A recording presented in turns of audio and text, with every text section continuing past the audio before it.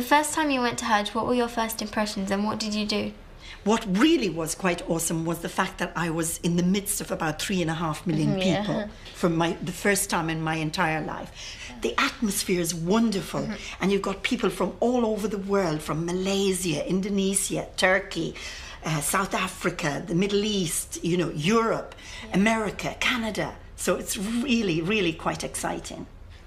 Hajj is a very important rite of passage for Muslims. So you go to Mecca, and this little cube-like building here is what we call the Kaaba.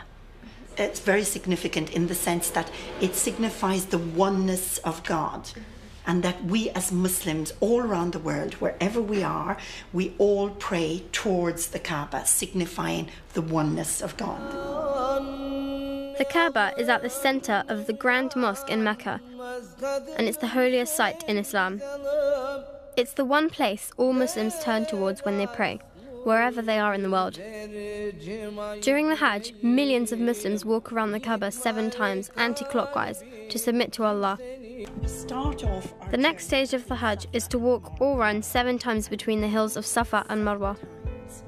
By the time you've done the circuit of the Kaaba and done Safa and Marwa, you have walked probably about 3.5, 4, 5 kilometers. Oh, that's a lot. So it's quite a lot. Then the pilgrims travel to the plain of Arafat, which is where the Prophet Muhammad delivered his last sermon.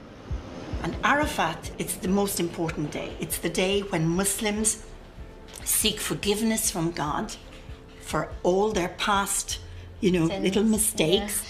And they pray to God for a good life, to be able to try to think very carefully about how they live their lives in the best way possible.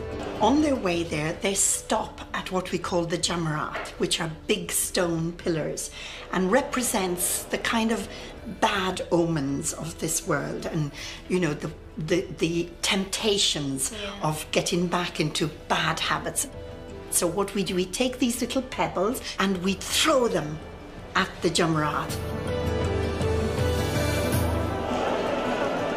It's about physically rejecting all the bad that might come and sort of tempt us to do wrong. And then we walk into Mecca to do our circumambulation of the Kaaba again. And this is all walking, Sarah. So this is it is hard, especially because it's so hot. This is the dress for Muslim men who go on Hajj, and it's 2 very large pieces of white toweling, okay? So it's like a great big bath towel. All Muslim pilgrims wear ihram, special clothes that unite them as equals before Allah.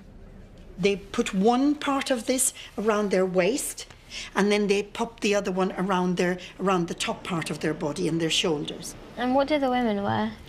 The women wear usually just one straight, loose kind of dress. It can be any colour. Lots of women like to wear white because the men wear white, but it can be any colour. As long as they're covered and they maintain their respect, that's all they're asked to do.